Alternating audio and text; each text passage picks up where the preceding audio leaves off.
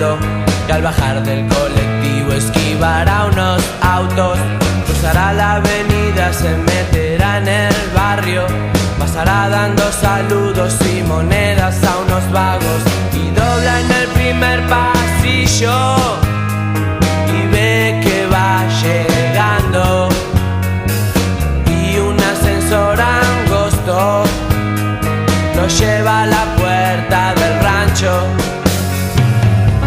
Dice estar muy cansado y encima hoy no pagaron.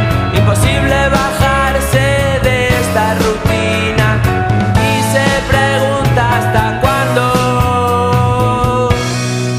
Se hace difícil siendo obrero hacerte cargo del pan, de tu esposa, tus hijos, del alquiler y algo más.